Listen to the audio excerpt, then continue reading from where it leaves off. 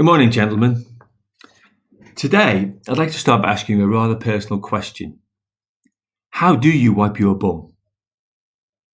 I began to think about this recently, following the initial shortage of toilet rolls at the start of the lockdown process. As a historian, I thought that perhaps people had forgotten that you can live without loo rolls. Leaves and even corn cobs were used by early American settlers. The Vikings opted for scraps of wool, and the Romans, always ones for comfort, preferred sponges. Now, I was certain there's a gap in the toilet roll paper industry and a huge opportunity for a budding entrepreneur. You see, toilet paper has been commercially available since 1857, and despite the advent of the car, the coming of the aeroplane, man landing on the moon, and the arrival of the internet, the technology in its production has remained largely the same. Looking at it rationally, if you were in the garden weeding and potting plants, I know that's stretching a bit, but stay with me, and you came in to clean up, then you wouldn't seek to clean the mud off your hands by rubbing them vigorously with bits of paper. You'd use water. So an alternative to dry toilet paper would be the moist towelette. But the moist towelette only commands 3% of what is a multi-billion pound market. And of the people that buy them, they tend to keep them hidden, out of sight, almost as if they're too embarrassed to let others know that they use them. It seems that when we buy toilet paper, we see shelves full of a variety of types of paper. There are 6 or 7 major brands, come in various sizes, double rolls, triple packs, different types, triple ply, quilted. And then just up in the corner on the left, there might be a couple of the moist towelette type toilet rolls on display.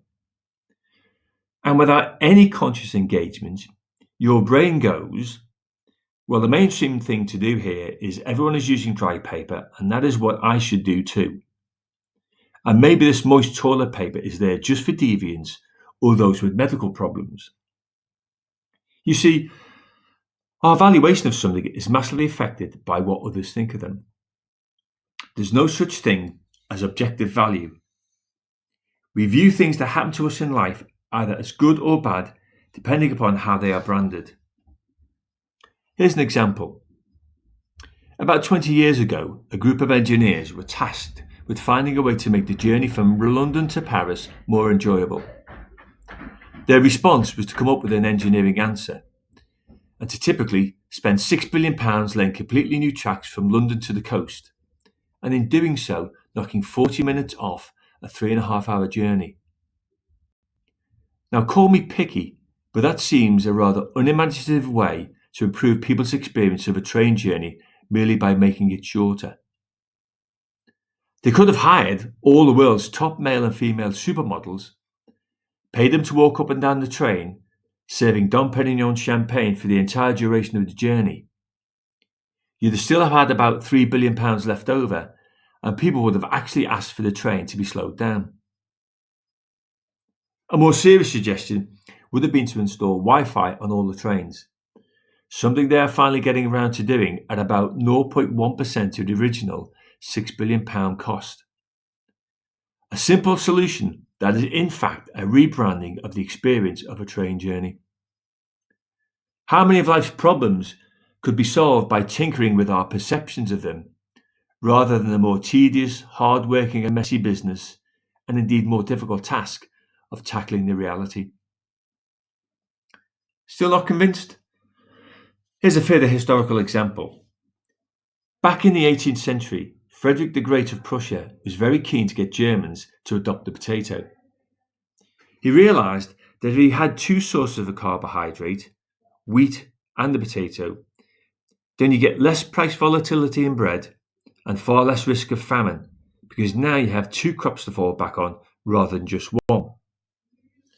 The problem was that potatoes looked pretty horrible, and 18th century Prussians ate very, very few vegetables. Frederick tried to make it compulsory, but the Prussian peasantry said, we can't even get our damn dogs to eat these things. They're disgusting and good for nothing. There were even records of people being executed for refusing to grow potatoes. So Frederick thought again and came up with a plan B.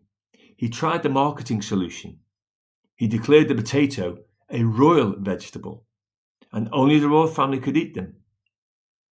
He planted a royal potato patch, and troops were left to guard the patch and told to guard it day and night, but with secret instructions not to guard it too well. Now, if 18th century peasants know anything, it is this: if a thing is worth guarding, then it's worth stealing. Soon there was a thriving black market in growing potatoes. What in effect Frederick had done was to rebrand the potato, an absolute stroke of genius. Some things that are bad can sometimes be reframed or rebranded to be good.